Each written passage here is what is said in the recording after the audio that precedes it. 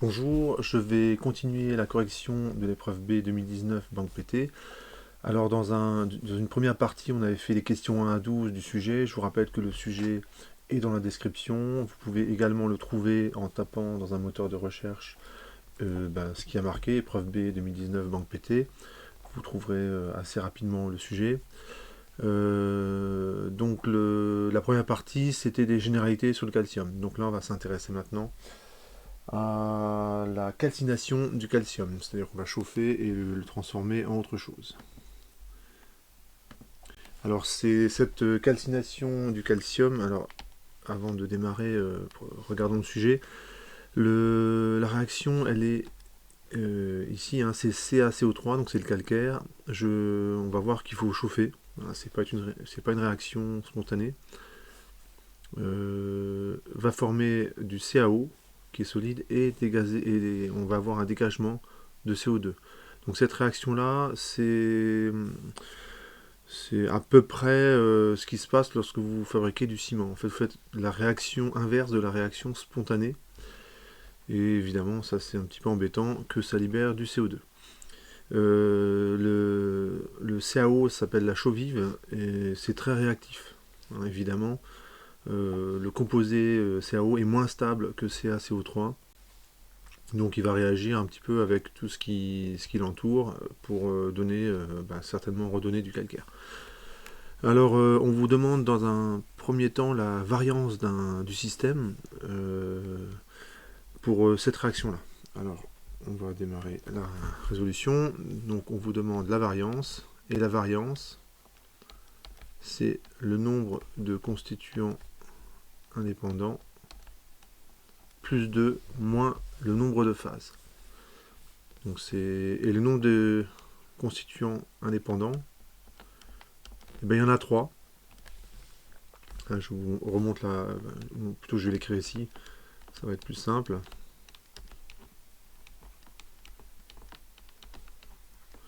Voilà, j'ai réécrit la réaction. Vous avez 3 constituants, le calcaire, CaO, la chaux vive, et un gaz, le CO2. Et il y a une relation entre ces espèces, qui est la réaction chimique. Le nombre de phases que je note c'est 3. Parce que le calcaire, la chaux vive sont deux solides distincts, donc c'est deux phases distinctes. Elles ne se mélangent pas. Et le CO2 est gazeux, donc c'est encore une phase distincte. Donc vous avez 3 phases. Donc on arrive à une variance qui vaut 2 plus 2 moins 3, c'est-à-dire 1. Ça veut dire que vous avez vous ne pouvez contrôler, vous ne pouvez fixer qu'un paramètre dans cet équilibre-là. Et ça va être ici la pression de votre système. C'est-à-dire que si vous fixez la pression, ça impose la température. Si vous vous dites je travaille à 10 bars, cette réaction devra se faire à une certaine température et vous n'aurez pas le choix. Un peu comme la glace fond à 0 degré Celsius, c'est comme ça. Voilà, vous fixez. Je vais prendre un autre exemple. C'est pas forcément un bon exemple. Je vais prendre plutôt l'eau qui bout à 100 degrés sous un bar. Ouais, si je fixe un bar, l'eau bout à 100 degrés. Et si je veux que ça boue à une autre température, il faut que je change la pression. Voilà un système de variance 1. Donc ça, je ne vais pas le noter. On peut peut-être faire une petite phrase. Voilà, donc j'ai rédigé. Donc on ne peut fixer qu'un seul paramètre à l'équilibre. Si on fixe la température, alors la pression est fixée. Toujours si l'équilibre est atteint. Si on fixe la pression, alors la température est fixée.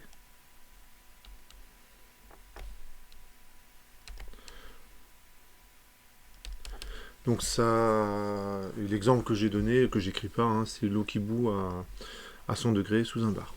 Donc ça c'est l'exemple. On peut passer à la question 14. Calculer à l'aide des grandeurs fournies delta RH0 et delta RS0.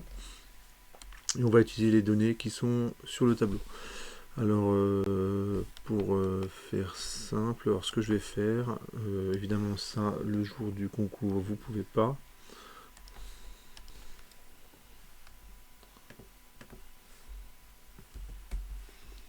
Voilà, je vais faire un petit copier-coller du tableau, mais c'est juste pour que ce soit plus facile pour moi au niveau de la rédaction. Que j'ai pas sans arrêt à regarder le sujet pour avoir les valeurs. Donc la réaction, je calcule son delta RH0. Donc le delta RH0 de la réaction. Et ben si je prends la réaction qui est là, oui, je vais peut-être la recopier également. On va regarder ici. Donc c'est le delta H de formation de CaO plus celui du CO2 moins celui de CaCO3. Donc ça donne ceci. Donc ça, j'utilise la loi de S.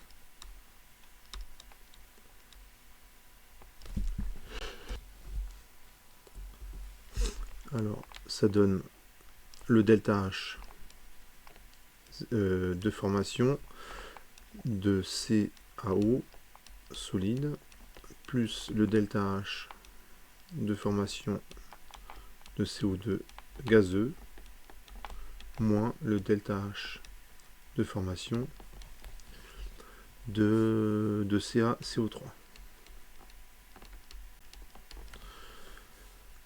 On fait l'application numérique. Alors le CaO, donc c'est moins 600. Donc, je vous conseille de procéder ainsi dans une copie, parce qu'on fait très facilement des erreurs, je trouve, dans ce type d'application numérique. C'est moins 1100. Et quand on fait le calcul, sauf erreur, on trouve 150. N'oubliez pas l'unité. Si vous ne mettez pas l'unité, ben on ne vous donne pas les points. Voilà, c'est un peu rude, mais c'est comme ça. Puis après tout, c'est normal, puisque une grandeur qui n'est sans unité, d'une certaine façon, ne veut strictement rien dire, puisque on ne sait pas ce que c'est. Pour le delta RS0, c'est pareil. Je prends le S0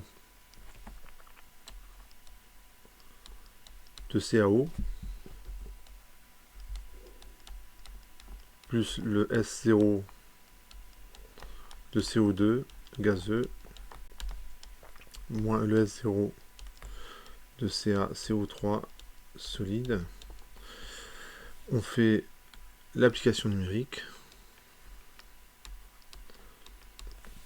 Alors CaO, ça vaut 105 plus 270 moins 225. 105 plus 270 moins 225. Et ça fait, sauf erreur, ça fait 150 joules par mol par Kelvin.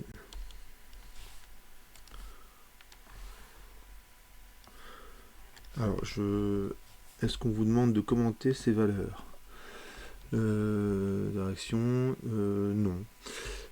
Je fais remarquer que toutes les valeurs qui sont dans le tableau sont données à 1000 Kelvin et on vous demande justement de calculer les grandeurs de réaction à 1000 Kelvin. Donc tout va bien. Passons à la question 5. On vous demande de commenter les grandeurs. Donc on va commenter le signe des grandeurs. Donc je ne vais pas me contenter de dire ça c'est positif, ça c'est négatif, parce que ça c'est complètement évident. Ça n'apporte rien de dire ça. Je vais commenter la première valeur et essayer de donner un sens physique. Donc delta RH0 est positif, donc on a une réaction qui est endothermique.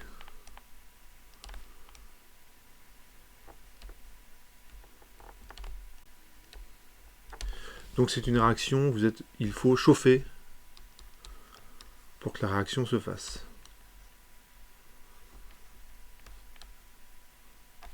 Pour que la réaction se fasse.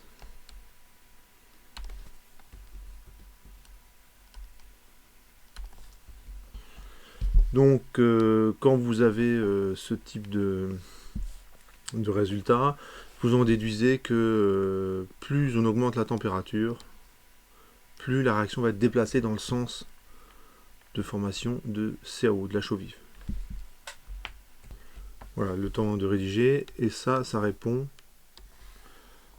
en partie à la question. Hein. On vous demande quelles sont les conditions optimales pour l'obtention de la chaux vive. Ben, la réponse est déjà on commence par chauffer. Autre point, vous remarquez que lorsque la réaction, donc là je vous remonte la réaction qui est ici, on a un solide qui donne un solide et un gaz. Donc si vous voulez déplacer la réaction, il faut d'une certaine façon éliminer les produits. Et lorsque vous avez une espèce gazeuse, alors vous ne pouvez pas l'éliminer, enfin si vous pourriez, il suffirait de faire la réaction à l'air libre et donc le CO2 s'en va. Mais une autre solution qui est étudiée dans la suite, c'est de diminuer au maximum la pression partielle de CO2. Donc c'est une façon d'éliminer le CO2 en fait, hein, dit autrement. Et donc pour favoriser encore plus la réaction, on peut diminuer la pression partielle de CO2. Donc alors je me rends compte que j'ai pas vraiment justifié le dernier point. Donc la preuve du dernier point, c'est la loi de Van 't Hoff. Je vous rappelle que la dérivée partielle, pardon, pas la dérivée partielle, mais la dérivée par rapport à la température de le logarithme de K, c'est delta H0 sur RT carré. Et K, c'est la constante d'équilibre. Où K est la constante d'équilibre.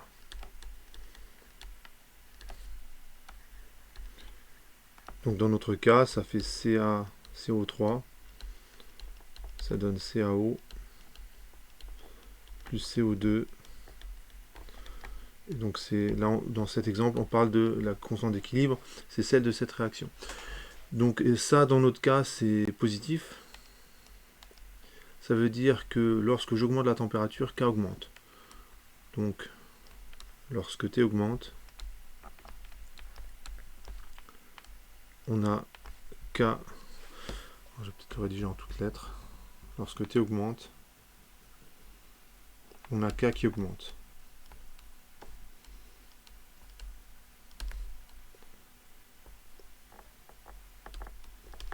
Et si on fait une échelle de quotient,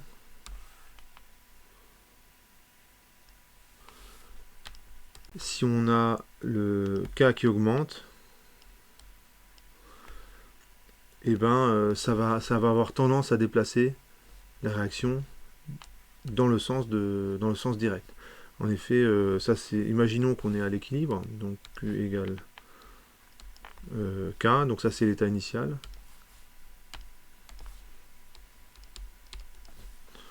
On augmente la température.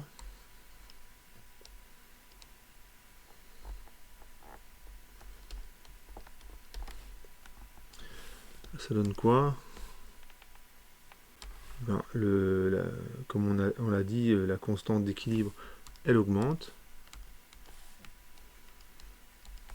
Donc K se retrouve à une valeur plus grande. Le quotient, ben lui, on va dire dans un premier temps, il ne bouge pas. Et la réaction, elle est déplacée dans le sens direct. Réaction déplacée dans le sens direct.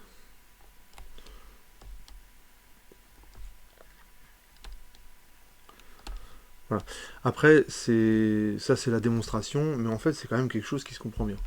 Hein, si on vous dit qu'une réaction, elle aime bien qu'on lui donne de l'énergie sous forme d'énergie thermique pour qu'elle se fasse, et ben, vous convaincrez facilement quelqu'un que plus vous chauffez et mieux c'est. Hein, c'est quand même quelque chose qui se comprend bien, je trouve, hein, qui est assez intuitif. Même si l'intuition n'est pas une preuve, ça se comprend quand même assez bien. Deuxième point, comme il y a une formation, comme il y a une espèce gazeuse qui est formée, donc de plus, comme il y a une espèce gazeuse qui est formée,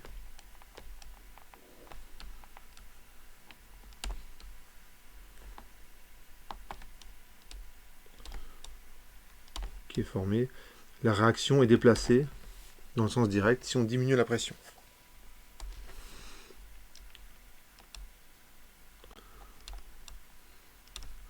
Est déplacée dans le sens direct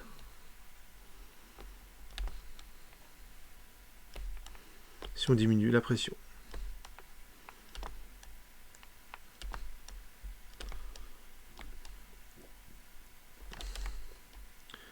Ça aussi, ça se comprend bien.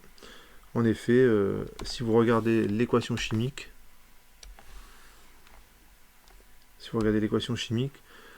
où est-elle? Voilà, ici, si vous regardez cette équation-là, eh bien, si vous diminuez la pression, donc c'est ce que j'ai déjà expliqué à l'instant, hein, c'est comme si vous enleviez ce produit-là, et donc en enlevant le produit, en fait, vous allez déplacer la réaction, hein, dans le sens direct. Et ça, c'est aussi quelque chose qui se comprend bien. Si vous enlevez ce qui est produit, en fait, la réaction, elle va continuer à se faire. Hein, il peut pas forcément, vous allez redéplacer l'équilibre dans le sens de la formation de produits si vous en avez enlevé. Donc, dit autrement, si je diminue la pression de CO2, eh ben forcément, je vais favoriser l'équilibre. Alors, la preuve de ça, c'est la loi de Le Chatelier. Hein, donc, alors, j'ai plus beaucoup de place, hein, malheureusement. Donc, ça, c'est loi de Le Chatelier.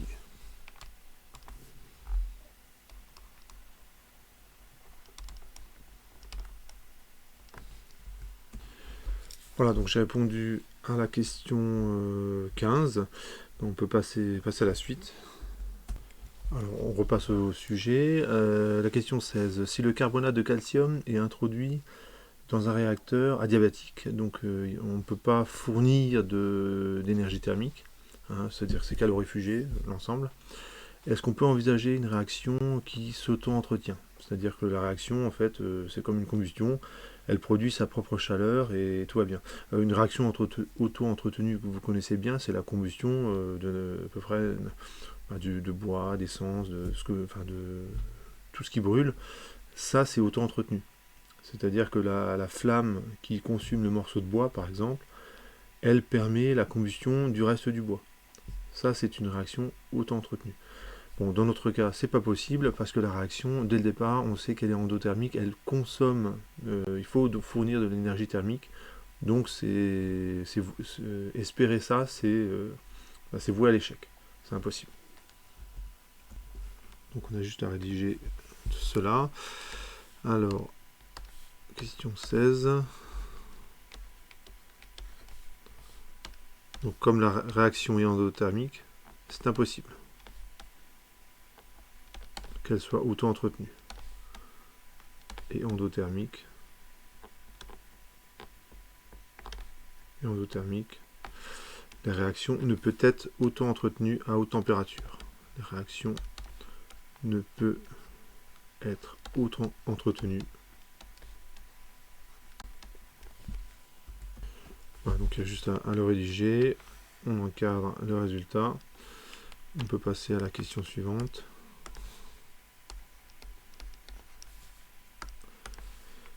Alors, d'après énoncé, question suivante.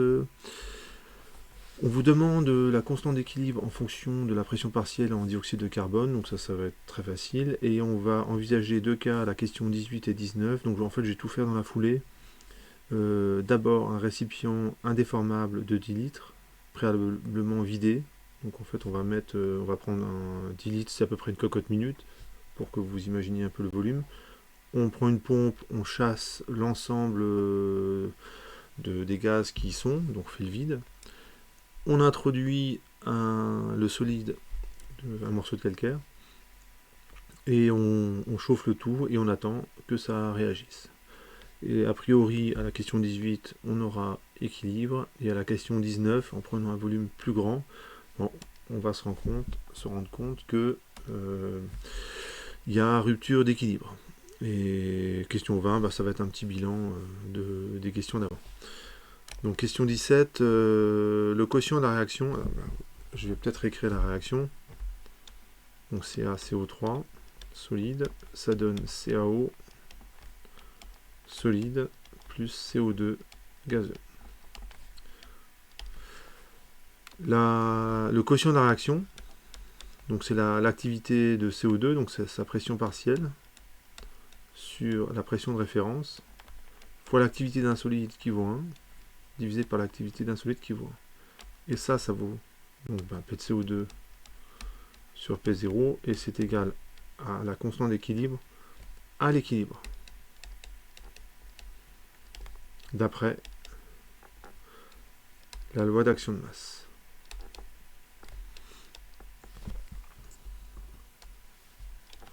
Loi d'action de masse, que j'écrirai dorénavant LAM. Donc je définis mes notations. On encadre le résultat. Et on peut passer à la question suivante. Donc la question 18, c'est cette fois-ci, vous avez un récipient de 10 litres. Allez, on va. Donc ça ressemblerait à ça. Donc le volume, c'est 10 litres. J'installe une pompe.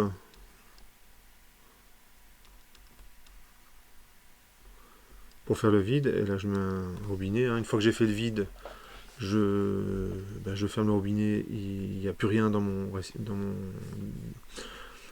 réacteur.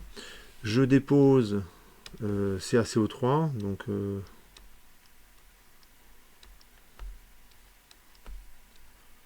calcaire. Et l'ensemble est chauffé, donc je prends une sorte de... Alors une sorte de serpentin.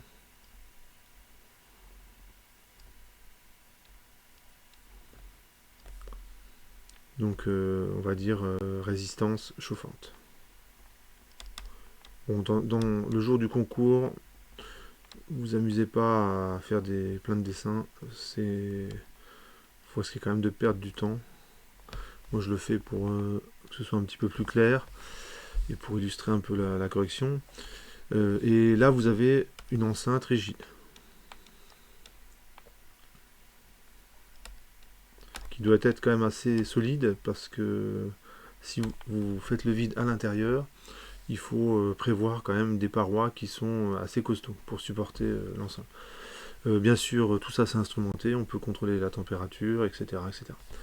Et ce qu'on vous demande, c'est quelle est la pression finale. Donc je réécris pour la énième fois l'équation qui va avoir lieu.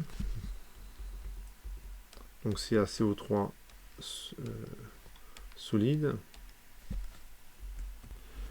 qui donne la chaux vive plus le CO2 gazeux. Je fais un tableau d'avancement. Alors ici je décide de travailler en mol. Ensuite ici j'ai l'état initial, l'état final, et on vous dit que dans ce volume là je mets 0,1 mol de calcaire. Le CO2 n'est pas présent, ni la chaux vive. Je complète l'état final, donc ça c'est très habituel, hein. Et je vais maintenant écrire la loi d'action de masse à l'équilibre. Donc à l'équilibre. Alors on a déjà écrit l'équation, donc je la reprends telle quelle. Donc c'est P de CO2 sur la pression de référence. Et j'utilise la loi des gaz parfaits. un P de CO2 fois le volume, c'est le N de CO2 fois RT. Et N de CO2, en fait, c'est X. Donc c'est X fois RT. Il suffit de regarder le tableau d'avancement. Ce qui fait que j'arrive à cette équation-là. X RT sur P0 V. Et je peux en déduire la valeur de X. Ça vaut quoi? Ça vaut K P0 fois V sur RT. On fait l'application numérique. K, ça vaut 0,2 d'après énoncé. C'était marqué, voilà, on le voit ici, K égale 0,2. Peut-être le noter dans le corrigé. K, ça vaut 0,2.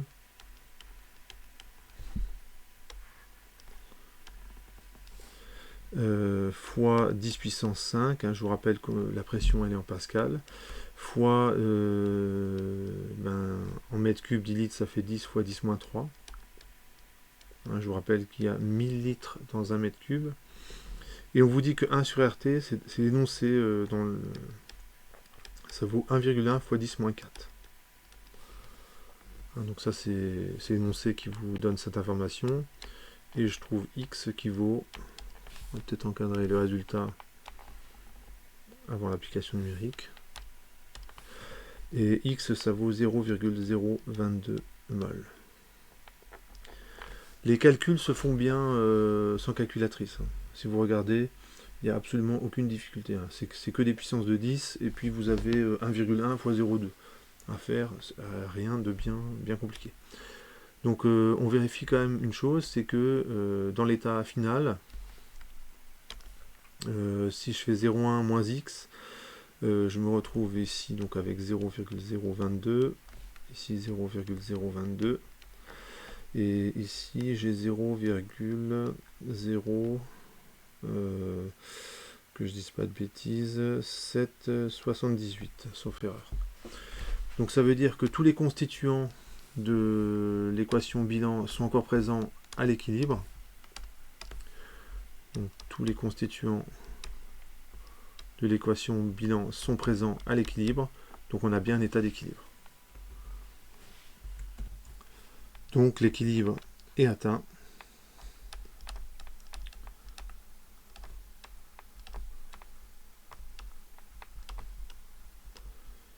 Et on vous demande à la fin, donc ça je vais également l'encadrer, et on vous demande également la pression qui règne dans l'enceinte. Alors vous avez différentes façons de le voir. Donc on peut calculer la pression de CO2 de deux façons différentes. Vous, le jour du concours, vous en choisissez une. Ça ne sert à rien de donner deux solutions, vous en donnez qu'une seule, ça suffit, du moment qu'elle est juste. Donc la première manière,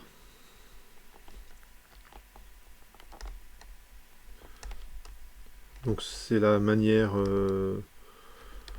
peut-être que c'est celle à laquelle on pense tout de suite, donc la méthode, première méthode.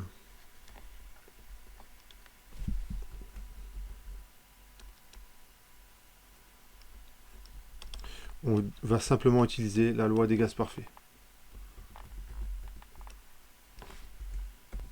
Alors, on va simplement écrire que P de CO2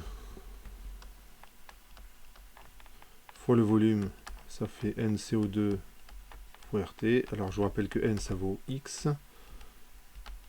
J'en déduis que la pression de CO2, c'est X RT sur V.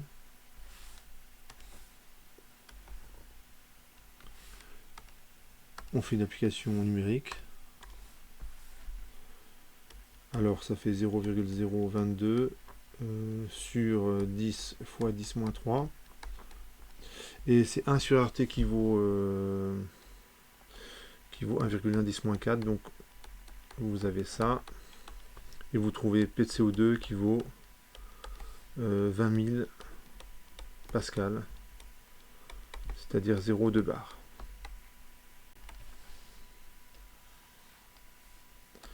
Ça, c'est la première méthode. Deuxième méthode, en fait, qui va vous demander le moins de travail. Comme on est à l'équilibre, on applique la loi d'action de masse, elle est valide.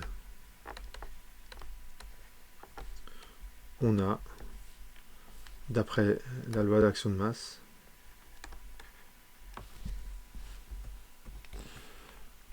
K qui vaut P de CO2 sur P0.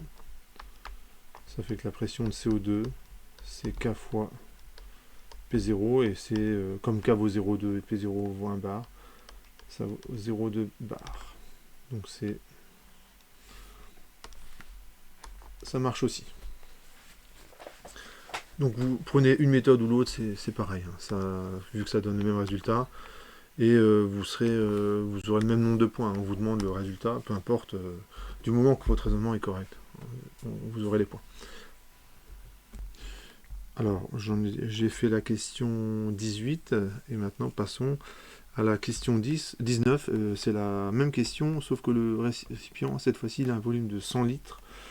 Alors, c'est ce genre de manip, un volume de 100 litres sous vide, ça doit être beaucoup plus difficile à réaliser. Enfin, c'est une petite remarque comme ça, qui le jour du concours serait inutile, évidemment, mais à réaliser en laboratoire, c'est pas évident d'avoir un aussi grand volume sous vide. Alors, comme c'est la même question, on peut aller assez vite que question 19. Je refais un tableau d'avancement.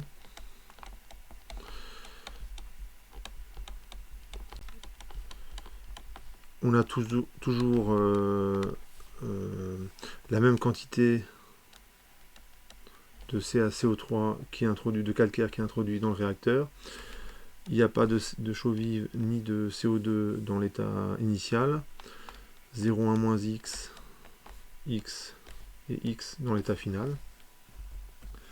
Voilà, donc j'ai fini le tableau d'avancement. J'applique la loi d'action de masse à l'équilibre. Donc en fait, je refais exactement les mêmes calculs que tout à l'heure. J'utilise la loi des gaz parfaits. Donc P de CO2 fois V, ça vaut X RT. Donc j'ai XRT sur P0 V. Donc là, je peux aller un petit peu plus vite parce que ce calcul, je l'ai déjà fait. J'en déduis la valeur de X. Ça vaut K P0 fois V sur RT. Et comme le volume est 10 fois plus grand, et ben en fait ça fait 0,22 mol. Donc on a un volume 10 fois plus grand. Donc X 10 fois plus grand. 10 fois plus grand.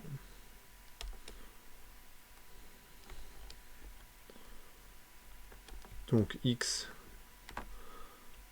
est 10 fois plus grand.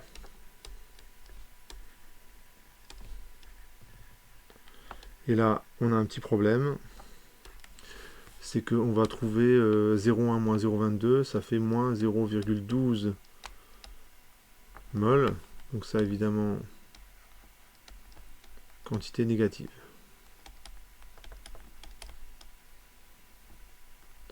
Ce qui est évidemment impossible. Donc on va rédiger tout ça. Donc on arrive à une quantité négative de calcaire.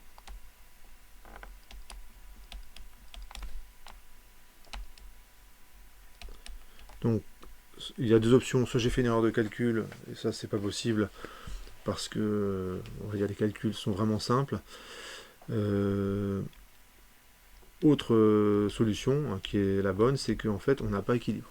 À partir du moment où vous n'avez pas équilibre, on ne peut pas appliquer la loi d'action de masse, donc ça invalide le calcul qui est ci-dessus. Et donc on peut affirmer qu'il y a rupture d'équilibre de CaCO3 dans l'hypothèse où l'équilibre est atteint.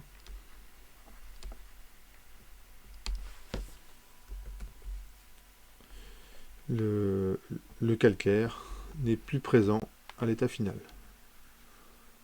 Le calcaire CaCO3 n'est plus présent à l'état final. Donc je peux refaire le tableau d'avancement avec cette fois-ci le bon état final avec une rupture d'équilibre. Alors cet exemple, vous connaissez bien ça. Si je mets une pincée de sel dans de l'eau, sel de cuisine dans de l'eau, il se dissout totalement. Ben, ça c'est une rupture d'équilibre aussi. La réaction de dissolution elle est totale. Effectivement, il n'y a plus de grains de sel qui traînent dans l'eau. Donc c'est un peu la même chose qui se passe. Le volume occupé par le CO2 est tellement grand qu'il n'y a pas assez de calcaire qui a été introduit pour atteindre l'équilibre. Il y a rupture de... il n'y a pas assez de calcaire pour produire assez de CO2 pour remplir à la pression suffisante l'ensemble des 100 litres de l'enceinte. Alors on va refaire le tableau d'avancement. Alors le tableau d'avancement, donc l'état initial c'est le même. On a 0,1, 0,1 mol, 0 et 0 pour la chaux vive et le CO2. Et dans l'état final, ben, c'est 0, donc tout le calcaire est consommé. De fait, on a 0,1 mol de CO2 et 0,1 mol de CaO de chaux vive. Donc je peux en déduire la pression, mais cette fois-ci je suis obligé d'utiliser la loi des gaz parfaits. Donc c'est 0,1 fois RT sur V. Donc si on fait l'application numérique, c'est 0,1 divisé par donc 100 litres. Ça fait 100 fois 10 moins 3 mètres cubes. Et RT, on avait dit que c'est 1 sur RT, c'est 1,1 fois 10 moins 4. Donc là, on trouve une pression. On trouve à peu près 9000 pascal. Ça fait 0,09 bar. Voilà pour la question 19. Quelle est la pression réunion à l'ordonnateur? On prendra à 9,1. Du coup, je respecte pas le. C'est pas 9000, mais c'est 9100 pascal.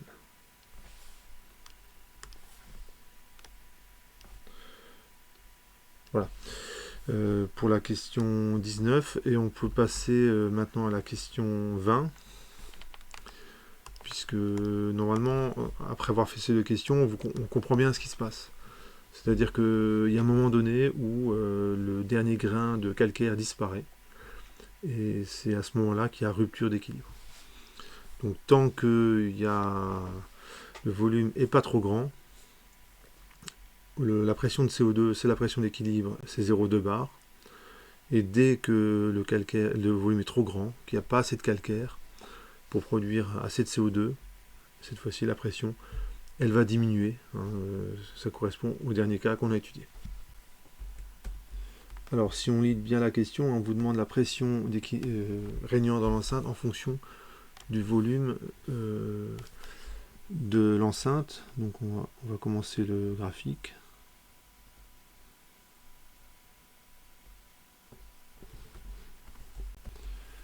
Alors ici c'est la pression de CO2.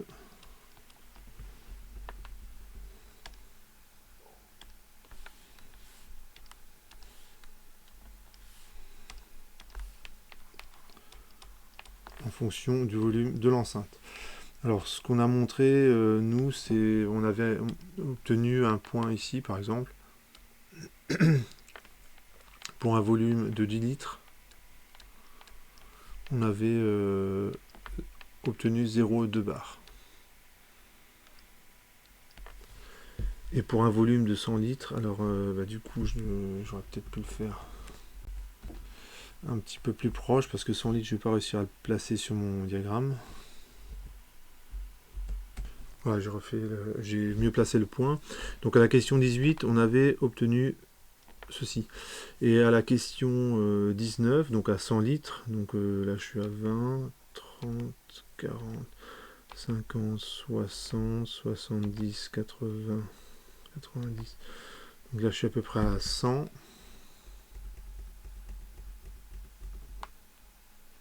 à 100 litres. J'avais une pression à peu près à 0,9 bar, donc disons ici 0,09 bar.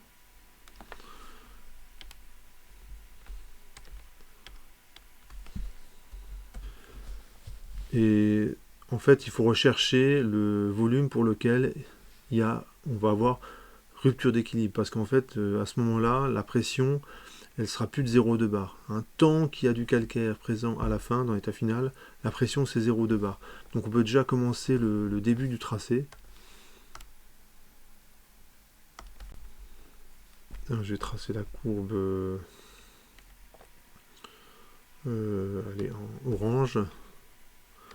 Donc tant que il y a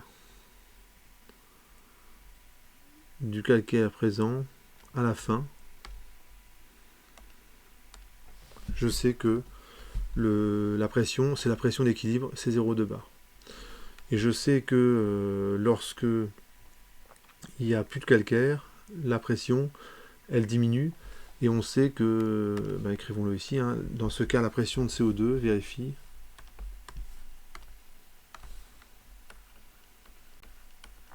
c'est 0,1 mol fois RT sur V. Donc lorsqu'il y a rupture d'équilibre.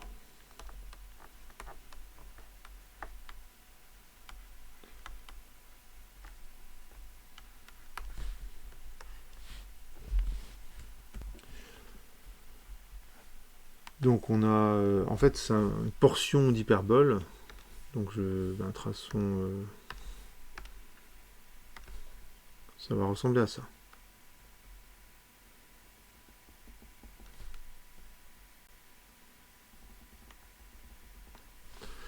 Et forcément, il y a un moment donné où les deux courbes, elles vont se rejoindre. Et après tout, finissons le tracé. Je pense que c'est à peu près ici.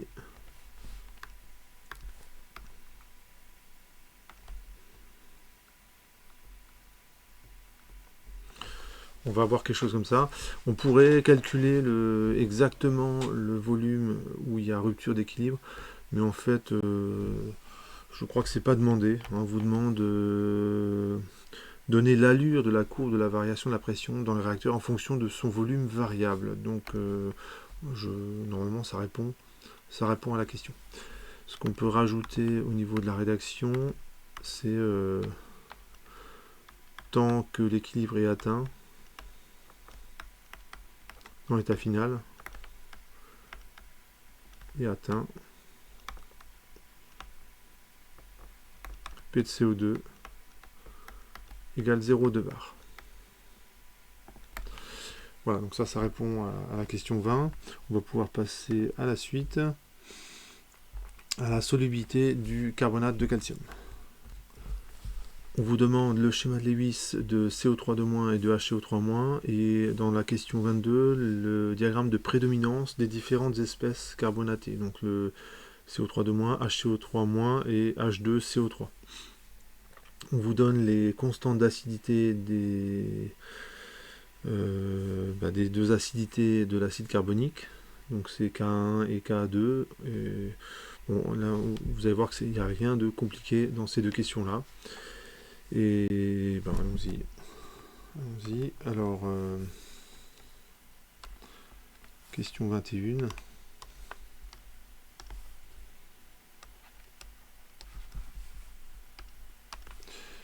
On vous demande le schéma de Lewis de CO3 2-. Alors, je vais commencer par faire l'inventaire des différents atomes qui constituent cet édifice moléculaire. Donc il y a le carbone, est tétravalent. Il y a 3 oxygènes, qui a 6 électrons autour de lui, 6 électrons de valence, et plus 2 électrons tout seul. Je le note comme ça. Et si je fais le total des électrons, alors il y en a 4 pour le carbone, il y en a 6 pour chaque atome d'oxygène, donc comme il y en a 3, ça fait 18, plus 4, 18 plus plus 4, ça fait 22, plus 2, 24. Donc il y a 24 électrons dans cet édifice moléculaire. 24 électrons qui vont intervenir dans les doublés liants et non liants. Ça veut dire que j'ai 12 doublés de 2 électrons. Donc je les rassemble par paire, hein, les électrons. Donc dit simplement, il faut que je trace 12 traits qui vont relier les molécules. Alors une solution est la suivante. Donc là je suis à 4, 5, 6, 7, 8, 9, 10, 11, 12. Et lorsque je fais le bilan des charges pour chaque atome, donc je vois que le carbone, lui, il est neutre lorsqu'il a 4 électrons autour de lui. Donc si je regarde, comme les électrons des liaisons covalentes, hein, donc ça c'est une liaison covalente,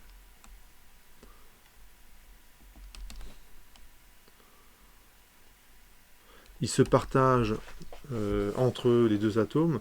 Donc c'est comme si le carbone de cette liaison-là, pardon, ça fait un électron pour le carbone, un électron pour l'oxygène. Donc si je regarde les autres liaisons, ici on a une double liaison, donc ça fait 2 électrons, encore un électron pour le carbone. Donc le carbone en fait il est neutre, il a bien ses 4 électrons autour de lui. L'oxygène de droite, celui-là. Si je regarde, il doit avoir 6 électrons autour de lui pour être neutre. Là, je remarque qu'il en a 7. En effet, il a 3 doublés, donc ça fait 6 électrons. Il y a 2 électrons par doublé, plus un électron de la liaison. Donc cet oxygène, il est chargé négativement. Et celui-là aussi, du coup. Si vous regardez l'oxygène du bas, celui-là, il a bien 6 électrons autour de lui. Pour établir le schéma de Lewis, il faut qu'un maximum d'atomes vérifie la règle de l'octet. Et on peut constater que tous les atomes de cet édifice vérifient la règle de l'octet. De cet édifice moléculaire vérifie la règle de l'octet. Je rappelle que la règle de l'octet, c'est il faut que chaque atome en fait tend à acquérir la structure électronique du gaz rare le plus proche. Donc l'hélium, néon, argon, etc. Donc il va s'entourer de 4 doublés. Hein, et effectivement, si vous regardez, c'est le cas. Alors ça peut être des doublés liants ou non liants. Hein, donc du coup, cet édifice moléculaire et l'écriture et le schéma de Lewis de CO3 de moins. Et on peut en déduire directement le schéma de Lewis de H CO3 moins. Il suffit de rajouter un hydrogène sur un des oxygènes. Donc voilà. Je vais l'écrire directement. Dans ce cas, franchement, c'est pas la peine de refaire toute l'étude. Hein, c'est-à-dire de faire le bilan des électrons, de les compter, de savoir combien il y a doublé, etc. C'est pas la peine. Quand on a déjà fait CO3 de moins, qu'il y a juste à rajouter un hydrogène. Donc ça va donner ceci.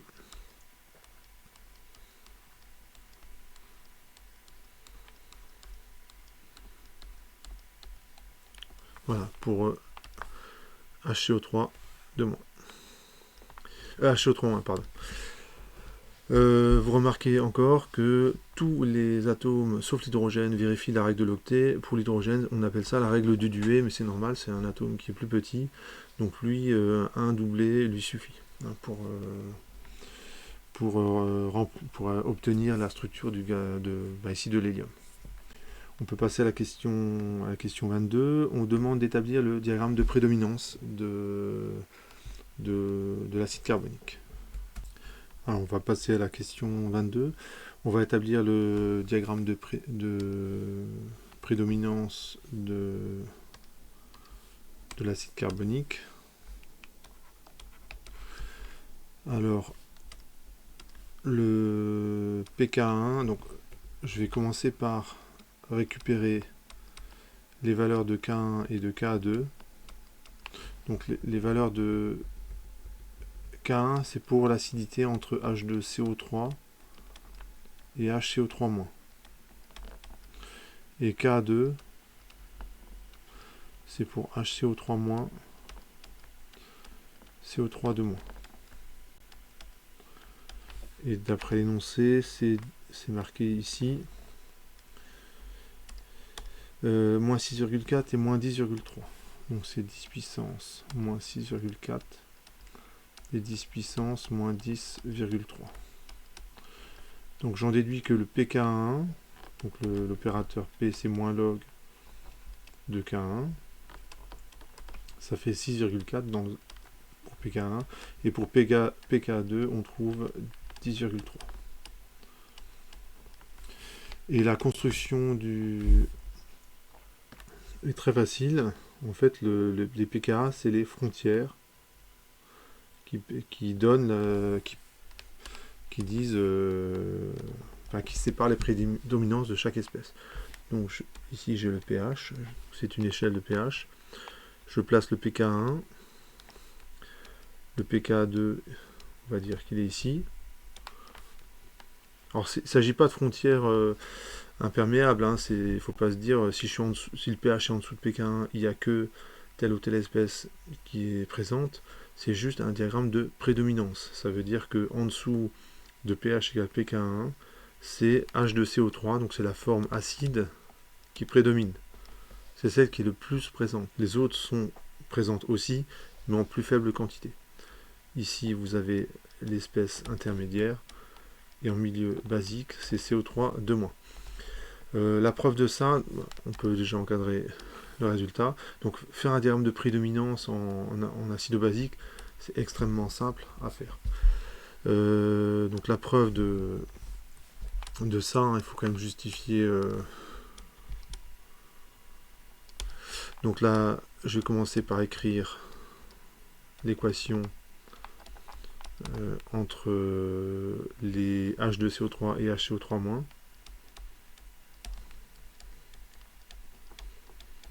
Et la constante de cet équilibre, c'est K1. Et ça vaut à l'équilibre pour la loi d'action de masse. C'est la concentration de H3+, la concentration de HCO3- sur la concentration de H2CO3. Ce qui fait que H2CO3 sur HCO3-, ça vaut H3+, sur K11, sauf erreur. Mais c'est ça. Et vous n'avez pas de mal à montrer ceci, c'est pK11 moins pH. Hein, je vous rappelle que K1, c'est... j'ai écrit ici, mais... c'est 10 exposants moins pK1. Ça veut dire que quand le pH est plus petit que pK1, ce truc-là est plus grand que 1. On va la rédiger, mais c'est normalement c'est évident. Pour pH inférieur à pK1, la concentration de H2CO3 sur HCO3- est plus grande que 1. Donc c'est bien H2CO3 qui prédomine. Et pour pH supérieur à pK1, si vous regardez un pH supérieur à pK1, on a H2CO3 sur HCO3- qui est plus petit que 1. Donc ça démontre une partie du diagramme de prédominance. Vous avez exactement la même chose entre HCO3- et CO3-2-. Donc de même,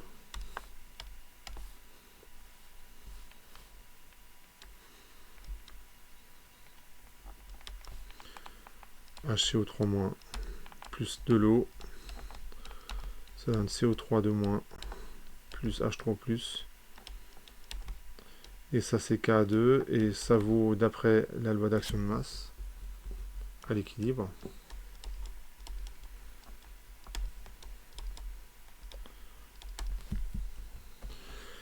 Et finalement, donc là j'ai recopié j'ai écrit la loi d'action de masse, et finalement j'arrive à HCO3- sur CO3 de moins. Ça vaut 10 puissance PKA, que je dise pas de bêtises. 10 puissance, donc PKA2 moins pH. Et c'est la même conclusion. Enfin, plutôt conclusion, on confère le diagramme de prédominance qui est juste au-dessus, qui est ici. Est-ce que je le rédige? Donc, non, je ne vais pas le rédiger, c'est quand même évident. Donc la conclusion est la même. La conclusion est sur le diagramme de prédominance.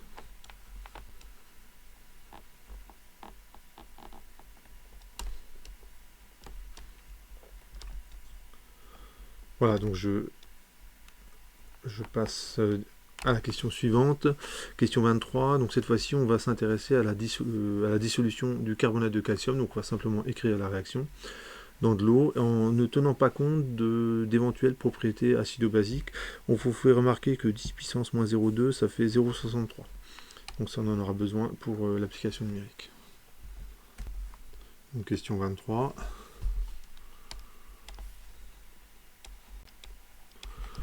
On va écrire la réaction de dissolution, donc CaCO3. Ça donne Ca2+, dans l'eau, plus CO3 Donc l'eau n'apparaît pas explicitement dans cette équation-là, mais elle est absolument nécessaire pour que la dissolution se fasse. La constante de cet équilibre, on vous la donne, c'est 10 puissance moins 8,4. On fait un petit tableau d'avancement.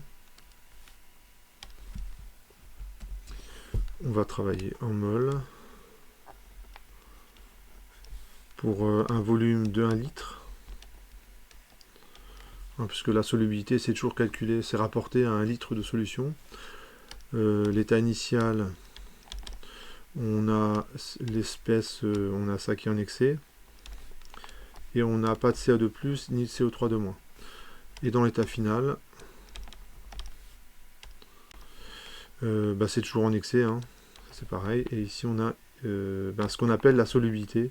Donc, je vais directement la noter S. Hein, je vais pas, il faudrait que je mette X. Hein, habituellement, on met X. Mais là, je mets directement S. J'applique la loi d'action de masse à l'équilibre.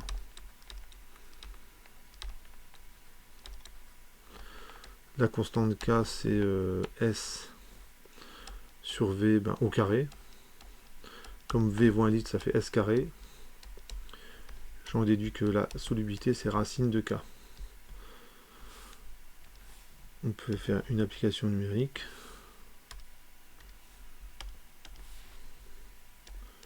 Donc c'est racine de 10 puissance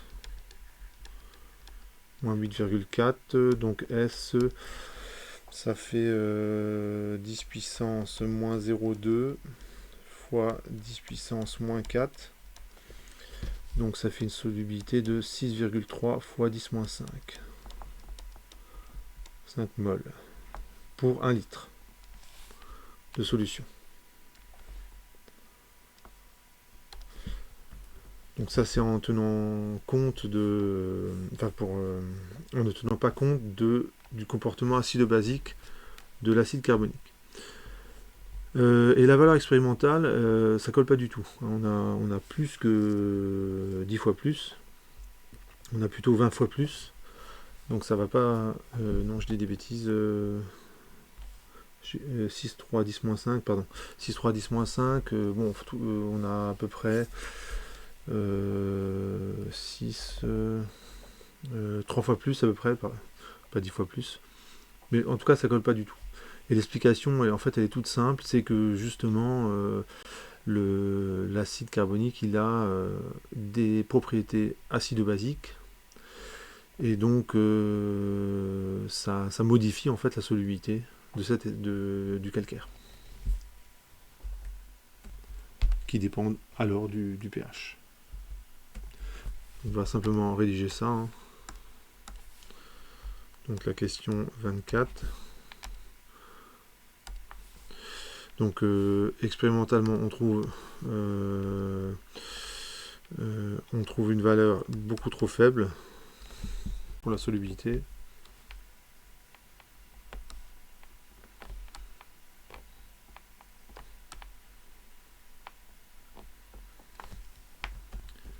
Car on ne tient pas compte des propriétés acido-basiques. On ne tient pas compte des propriétés acido-basiques de CO3 2-. Alors je vais pas aller plus loin dans les explications parce que en fait c'est l'objet des questions qui suivent. Donc à la question 25, on vous demande de montrer qualitativement qu'une diminution du pH entraîne une augmentation de la solubilité, etc. etc. Donc eh bien alors, que je dise pas de bêtises, passons à la question 25. Alors, on vous demande d'être un petit peu plus qualitatif dans cette question-là. La solubilité, c'est Ca2+. On le voit ici. Pour 1 litre de solution, hein, la concentration de Ca2+, comme c'est 1 litre, en fait, c'est la solubilité. Mais cette fois-ci, la solubilité, c'est pas CO3 de moins. C'est CO3 de moins plus la concentration de HCO3- parce qu'une partie du CO3 de moins, en fait, a réagi avec l'eau pour donner HCO3-. Et éventuellement, H2CO3. On a toujours la loi d'action de masse, hein, donc la constante d'équilibre, c'est Ca2+,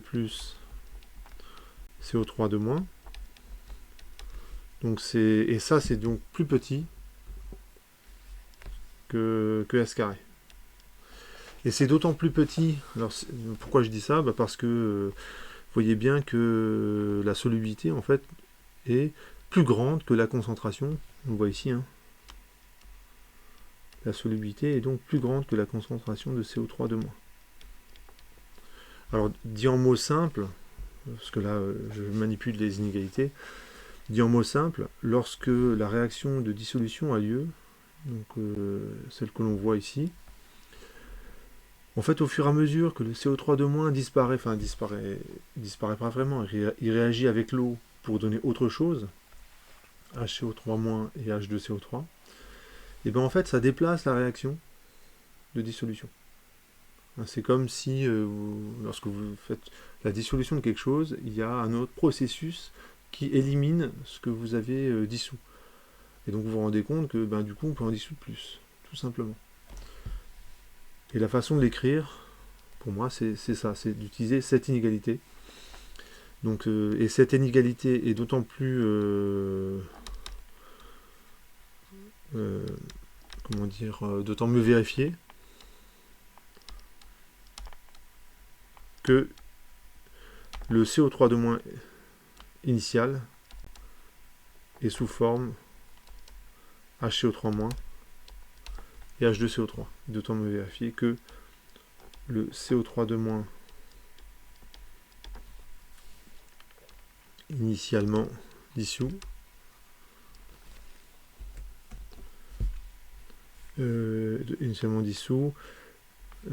cette inégalité est d'autant mieux vérifier que le CO3- initialement dissous a réagi avec l'eau pour donner HCO3- et H2CO3. Alors, est-ce que ça répond à la question 25 ? Montrer qualitativement qu'une diminution de pH entraîne une augmentation. Donc non, j'ai pas encore répondu à la question 25 complètement. Si on diminue le pH,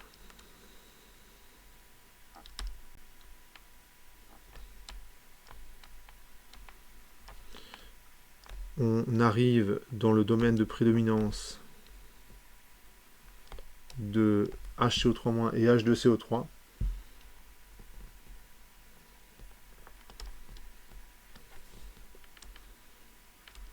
Donc ça dépend du pH, hein, de HCO3- et H2CO3.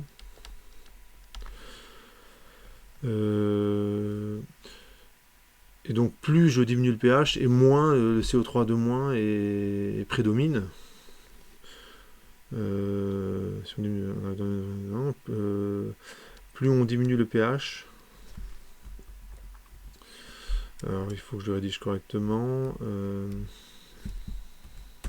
Voilà. Donc j'ai trouvé la formulation au détriment de CO3 de moins, qui devient minoritaire.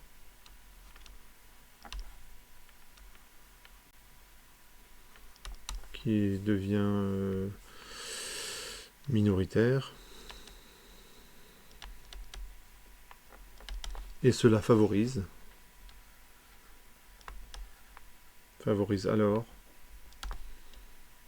plutôt cela déplace, oui, cela favorise alors la dissolution du calcaire.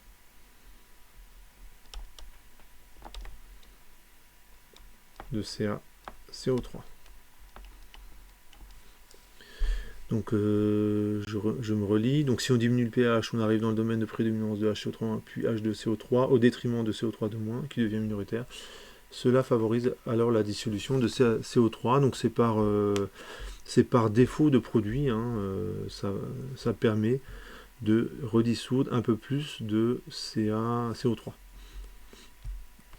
Donc je trouve que c'est quelque chose qui se comprend bien.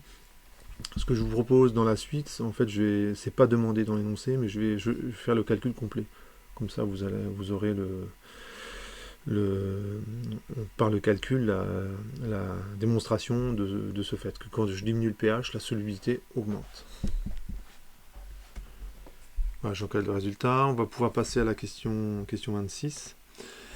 Donc cette fois-ci, on tient compte des propriétés basiques de l'ion carbonate. Donc je vais répondre à la question 26. Et à la fin de cette question, je vais faire le cas général, qui n'est pas demandé. Donc ça, je le préciserai bien dans le corrigé. Il ne faut surtout pas vous amuser le jour de l'épreuve à répondre à des questions qu'on ne vous pose pas. Moi, je vais le faire parce que je ne suis pas en épreuve. Je vais le faire pour pour vous expliquer un petit peu comment ça marche, hein, et de ne pas uniquement se contenter de répondre aux questions, mais le jour de l'épreuve, vous contentez de répondre à la question et vous n'allez pas plus loin, ça ne sert à rien, ça ne vous rapportera pas de points le jour du concours. Et ensuite, la question 27, ça va être une question assez facile qui découlera normalement de la question 26.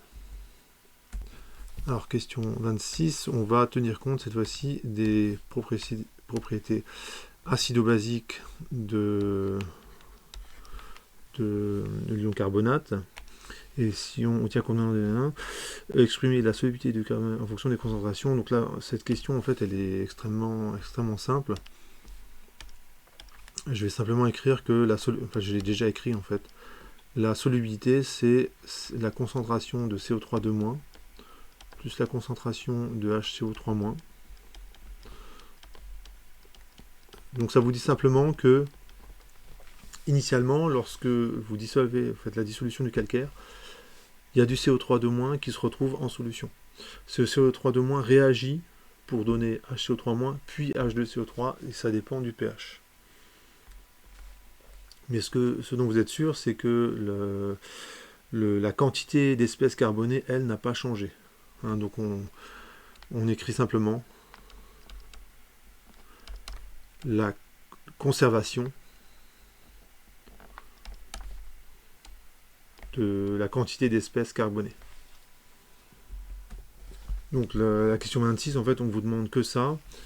Je vais continuer cette question-là. Donc, je vais l'écrire en gris. Donc ça par contre, ne le faites pas le jour de l'épreuve. Hein, ne vous amusez pas à répondre à des questions qu'on ne vous pose pas. Donc tout ce que je vais écrire maintenant, c'était non demandé.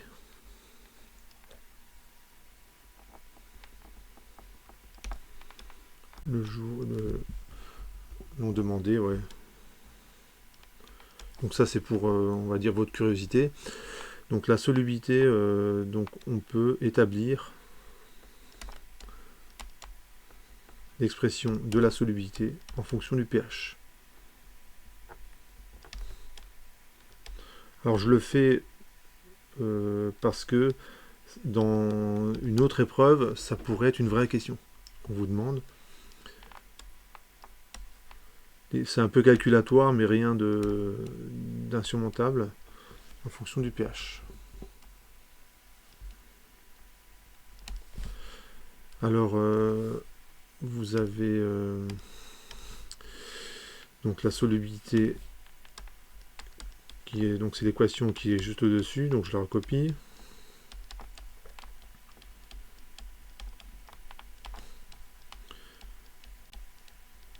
La solubilité, c'est aussi la concentration de Ca2+. Par contre, là, ça reste la concentration de Ca2+, parce qu'il n'y a pas de processus qui transforme Ca2+ en autre chose. Donc le Ca2+, lui, il est spectateur dans la solution, il ne bouge pas. J'écris la loi d'action de masse, et en fait, toutes les lois d'action de masse. Alors j'en ai 3 à écrire. La première, elle découle de cette réaction, donc la réaction de dissolution. Et ça donne K égale Ca2+, CO3 de moins. La deuxième loi d'action de masse, elle découle de cette équation, donc c'est K1, c'est la première acidité. Alors ça aussi, je l'ai déjà écrit. Donc c'est H3O+, HCO3- sur H2CO3. Et enfin, la troisième loi d'action de masse, c'est la deuxième acidité que j'ai également déjà écrite.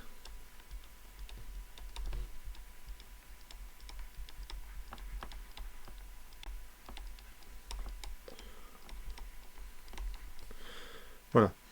Et quand je fais donc le bilan de tout ça, je me rends compte que je peux exprimer S en fonction du pH. Alors ça se voit pas, ça saute pas aux yeux comme ça, mais si vous regardez bien, vous avez, on peut y arriver. Alors ce que je vais faire, c'est me débarrasser de tout ce qui m'embête. Donc Ca2+, la concentration m'embête, mais c'est pas grave, je peux remplacer par S. Ici, HCO3- m'embête.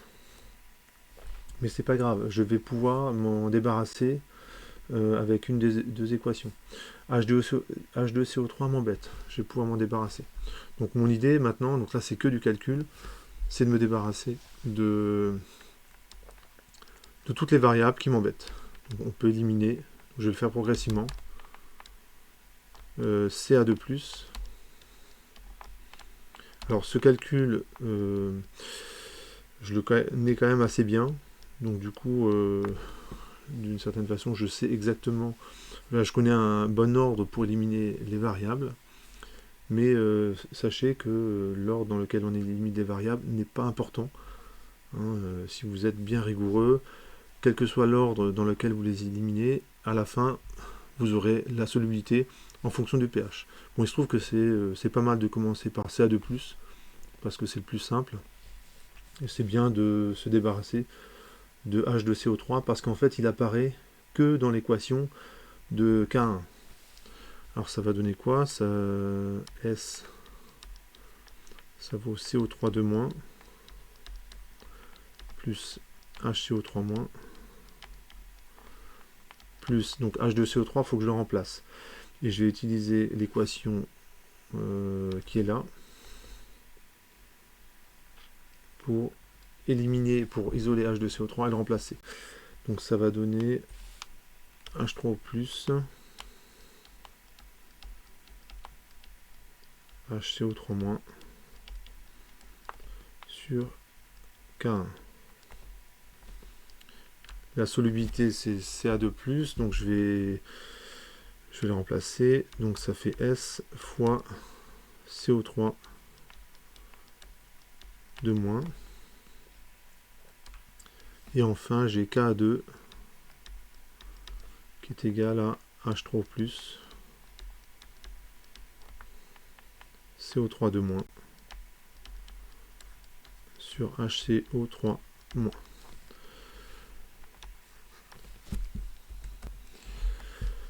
Donc si vous regardez, j'avais 5 équations. Hein, donc j'élimine 2 variables, je me retrouve avec 3 équations. Donc ça c'est normal, hein. Chaque fois que vous éliminez une variable, en fait vous éliminez une équation. Ça veut dire qu'il faut avoir autant d'équations que d'inconnus au passage. Maintenant je peux me débarrasser de HCO3- avec cette équation là. Donc on peut éliminer HCO3-.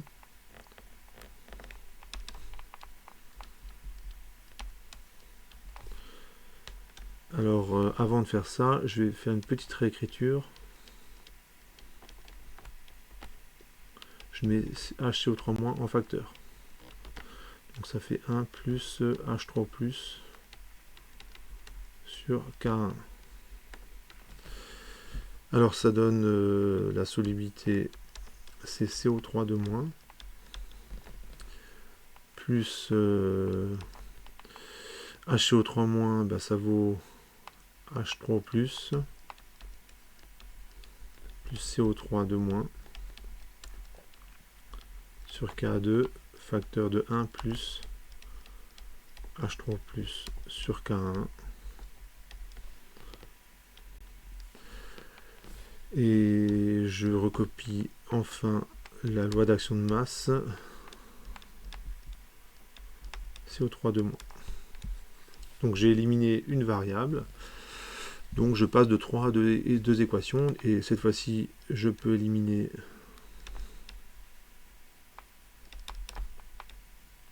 CO3 de moins. Et avant de faire ça, je vais mettre CO3 de moins en facteur. Donc ça fait 1 plus H3 plus sur K2 plus H3 plus au carré sur K1 K2. Et donc je continue, bah, ça me donne K égale, alors S, et la concentration, alors non, je vais plutôt le faire à l'envers. Je vais utiliser cette équation pour isoler CO3 de moins et le réinjecter dans l'autre. Donc ça fait la solubilité qui vaut concentration de CO3 de moins, donc ça fait K sur S, 1 plus H3 plus sur K2 plus H3 plus au carré sur K1 K2. C'est bien ça, et évidemment moi ce qui m'intéresse c'est la solubilité, donc ce que je vais faire c'est passer le S de l'autre côté de l'égalité, donc ça fait S carré, et il suffit de prendre la racine, donc ça je détaille pas le calcul, hein. Ça fait K1 plus H3 plus sur K2 plus H3 plus carré sur K1 K2. Donc ça, ce n'était pas demandé, donc surtout vous le faites pas. Moi je l'ai fait pour vous montrer que c'est possible, et ça peut, et dans certaines épreuves, c'est déjà arrivé, hein, j'ai des sujets, il y a des sujets où vous demandez ce calcul-là, qui est faisable, mais bon, c'est quand même un calcul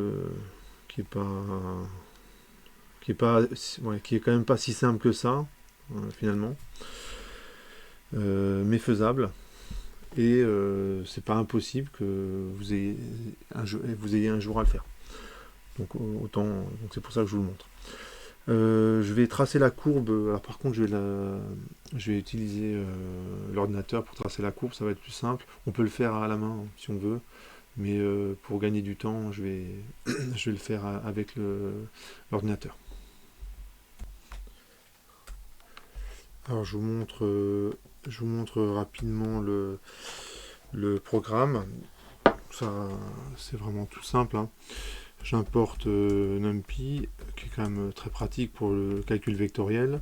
J'importe Matplotlib.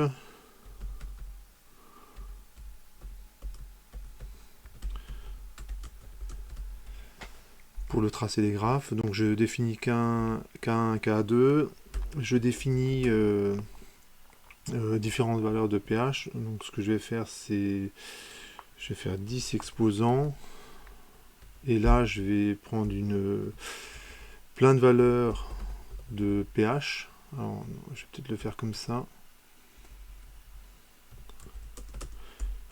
Alors, pour avoir une échelle de pH, j'utilise l'InSpace. Donc, c'est linear space. Je prends 0 comme valeur initiale, je prends 14 comme valeur finale, je prends les 200 valeurs, ça devrait suffire. Je calcule la concentration de H3+, en fait c'est 10 puissance moins pH. Donc là on voit tout l'intérêt du calcul vectoriel. Avec les lignes 12 et 13, je calcule 200 valeurs de pH, 200 valeurs de concentration de H3+.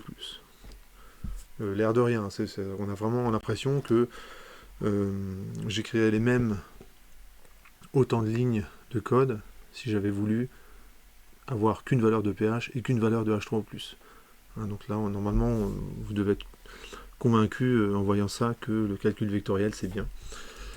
Je calcule la solubilité, ça fait la racine. Donc, sauf erreur, la valeur de K, ce serait bien de la voir. C'est moins 8,4 de mémoire. Donc, ça fait K fois, ouvrez la parenthèse, 1 plus H divisé par KA2. Sauf erreur, il faut peut-être regarder, ouais, c'est KA2 plus H carré divisé par KA1 divisé par KA2. Donc là, j'ai calculé toutes les valeurs, 200 valeurs de solubilité.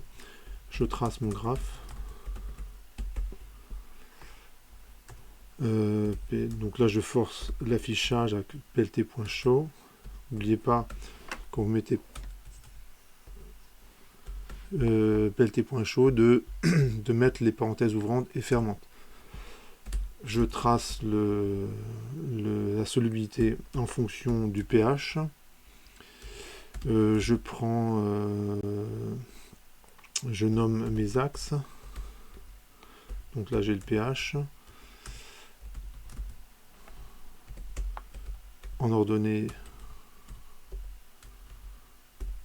j'ai la solubilité. En mol, ouais, solubilité, allez, on va le laisser comme ça. On peut me voir les mol par litre.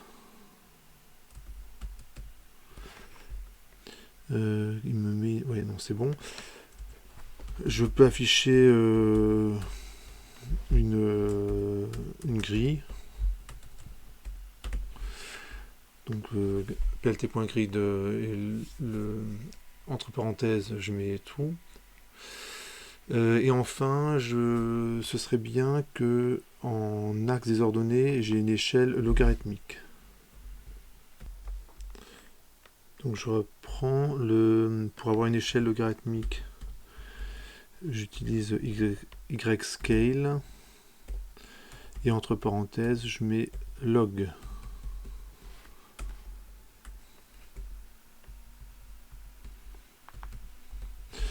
Voilà, donc normalement ça devrait marcher. Regardons ce que ça donne.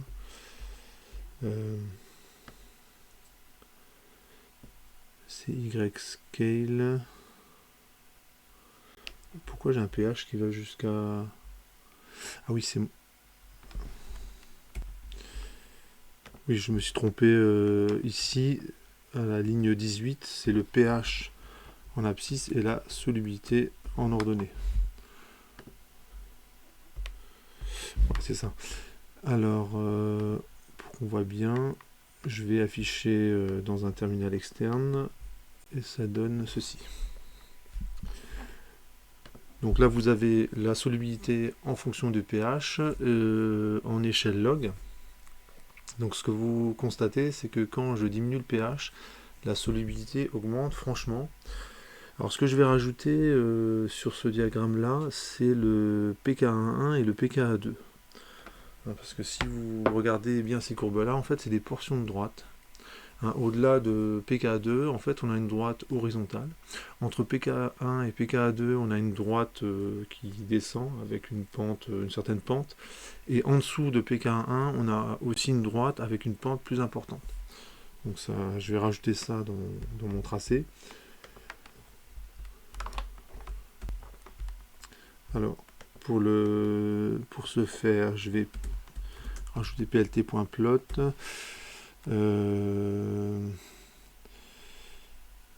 Comment je vais faire ça d'ici expose 6,4. Je vais tracer une droite en fait. La solubilité ça varie de 10-3, donc je vais mettre 0,0002 à la plus grande valeur de solubilité. C'est quoi? C'est à peu près 2000 mol par litre, donc ça devient un peu ouais.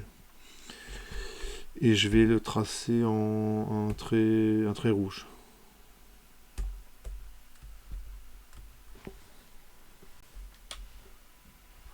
Alors, un trait rouge. Et je fais la même chose pour le pH 10,3. Donc ça va juste servir de guide pour l'œil, vous montrer que les portions de droite, c'est en fait c'est séparé par les différentes frontières entre la prédominance de H2CO3, HCO3- et CO3-.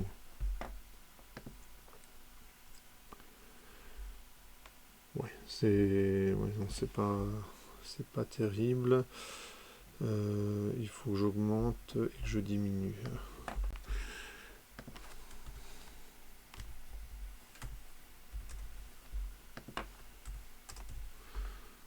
Voilà, donc j'ai changé les valeurs.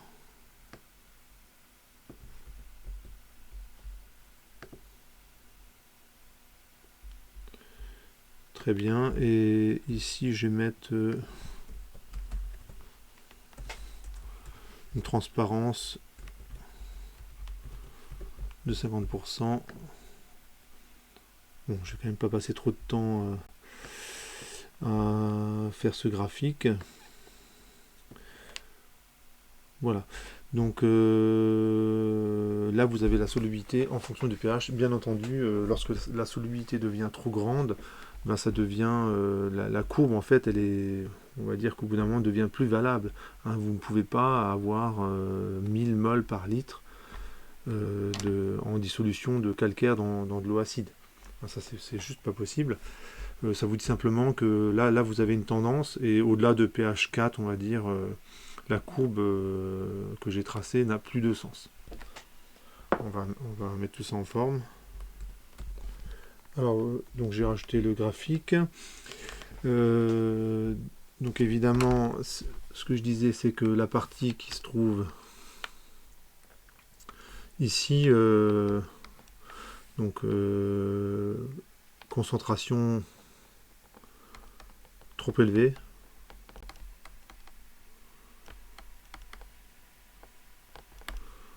dans cette zone-là. Donc la courbe n'est plus valable. Ce qu'on voit, c'est la tendance. Et ici, vous avez le pKa1. Et ici, vous avez le pKa2. Et ce que vous remarquez, ça fait des portions de droite lorsque je suis dans une zone de prédominance. Je vous rappelle que la zone de prédominance, ici c'est CO3 qui prédomine. Donc finalement on retrouve la valeur de solubilité qu'on avait calculée dans une question précédente. Ici, ce qui prédomine c'est HCO3-, et ici c'est H2CO3. Et on voit bien la tendance. Donc la solubilité augmente lorsque le pH diminue.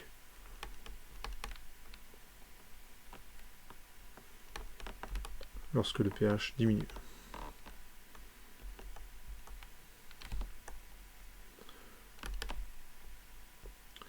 Bon, je vais fermer la parenthèse.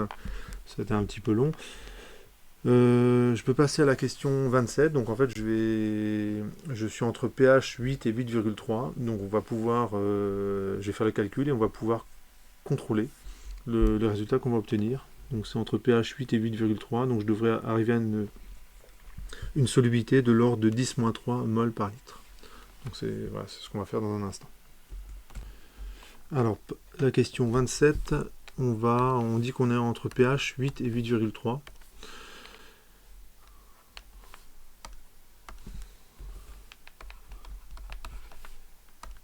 Alors, pH entre 8 et 8,3. On peut regarder la prédominance de l'espèce. En fait, on est entre... Donc c'est HCO3- qui prédomine.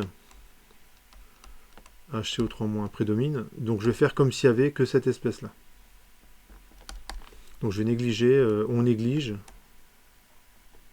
la concentration de CO3-. Alors, quand je dis on néglige, c'est pas tout le temps. C'est l'art de faire des approximations. Dans certaines équations, je vais éliminer CO3-, mais pas dans d'autres. Donc ça, je vais préciser ça dans un instant. Donc il ne s'agit pas d'enlever CO3-, quand ça m'arrange, et de le garder quand ça m'arrange aussi.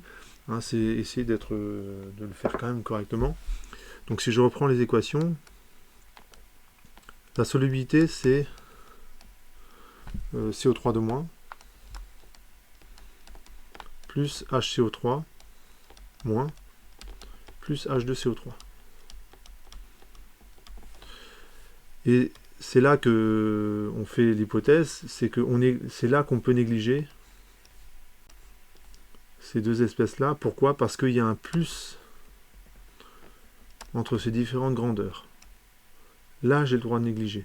Si j'avais un plus ou un moins, par contre, si j'avais eu un fois, là j'aurais pas pu le faire. Si j'ai à multiplier, si j'enlève une grandeur, là ça devient... là c'est carrément faux. Mais comme j'ai un plus, et comme HCO3- est très très grand devant CO3- et H2CO3, j'ai le droit de le faire.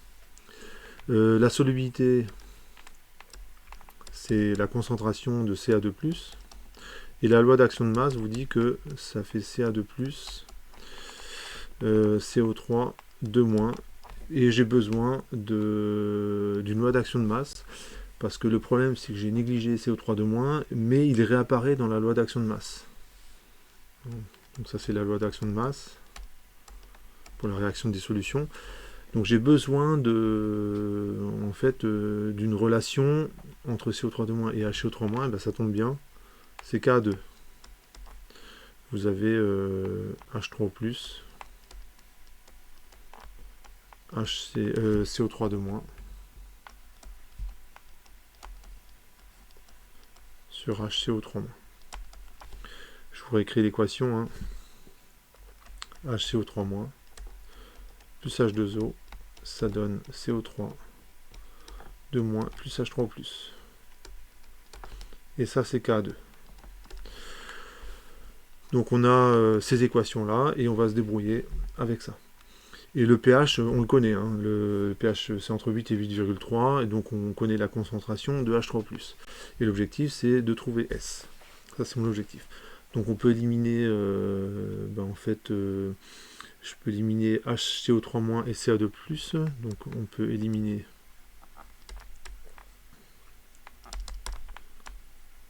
HCO3- et Ca2+. Alors les équations que j'utilise pour faire ça, c'est celle-là et celle-là. Et j'obtiens le système suivant. K, ça vaut S. CO3 de moins. K2, ça vaut H3 plus. CO3 de moins sur S. Sauf erreur, je pense pas avoir fait de... Ouais, c'est bon. Donc maintenant, j'ai plus qu'à éliminer CO3 de moins. Donc ça donne ceci. Ça fait K2 égale H3 plus sur S. Et CO3 de moins, c'est K sur S. Donc j'en déduis que S carré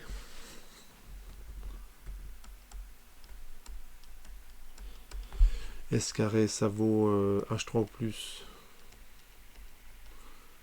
K sur K2. Et donc S, ça vaut la racine de ça. Et je peux faire l'application numérique. K sur K2. Alors si vous regardez, c'est ce terme-là, en fait, était un des termes qui apparaissait dans la somme quand je faisais le calcul général. Donc on obtient ceci. Alors c'est racine de 10 puissance. Allez, je mets moins 8, puisque je prends un pH 8, donc c'est 10 puissance moins 8 pour H3+, fois 10 puissance moins 8,4 pour K, et K2 c'est 10 puissance moins 10,3. Je vais peut-être prendre un pH qui m'arrange pour simplifier un petit peu. Ouais, non, je vais le faire comme ça. Donc ça fait à peu près racine de... Donc le 10,3, c'est 10 puissance 10,3 moins 8, moins 8,4. Ça fait combien ça? Ça fait moins 16,4, 16,3. Donc ça fait à peu près 10 moins 6. Donc ça fait à peu près 10 moins 3. 10 moins 3 mol. Par litre. Allez, je l'écris en mol par litre. De toute façon, on travaille avec 1 litre. Et les quantités dissoutes, elles sont suffisamment petites pour considérer que la variation de volume est négligeable.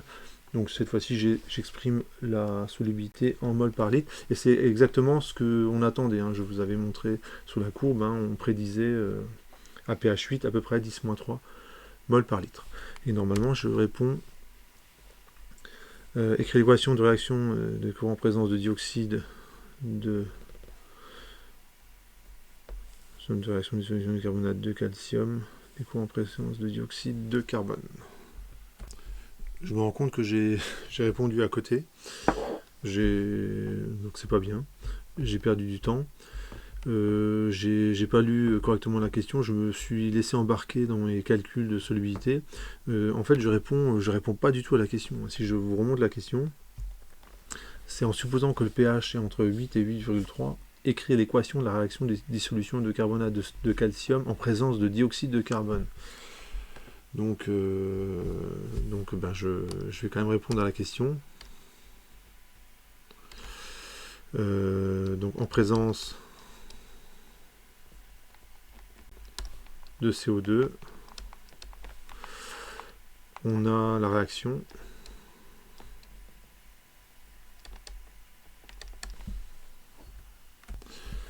Alors c'est CaCO3, c'est l'espèce qu'on dissout, plus du CO2, plus a priori de l'eau.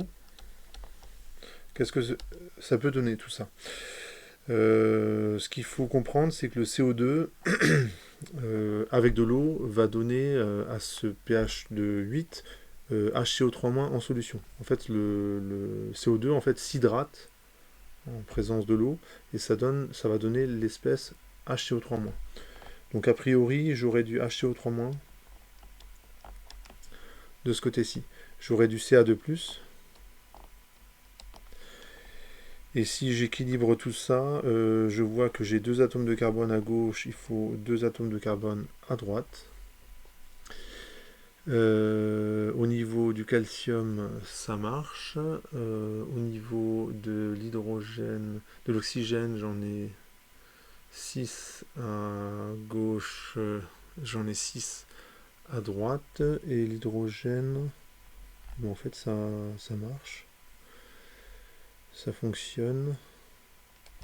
Alors je vais revérifier. Donc le calcium, 1 de chaque côté. Carbone, il y en a 2 de chaque côté.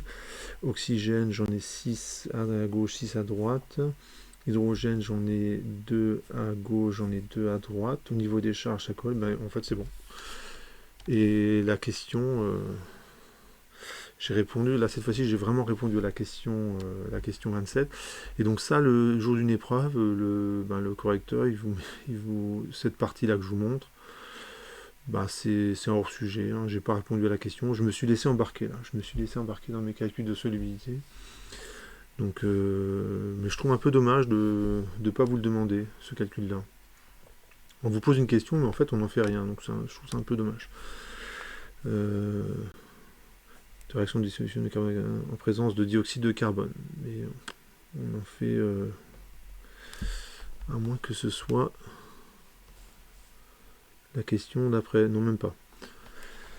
Voilà, donc je vais arrêter là pour cette partie-là. Et dans une troisième vidéo, je vais traiter la dernière partie de cette épreuve, c'est la cinétique chimique. Et je vous dis à bientôt.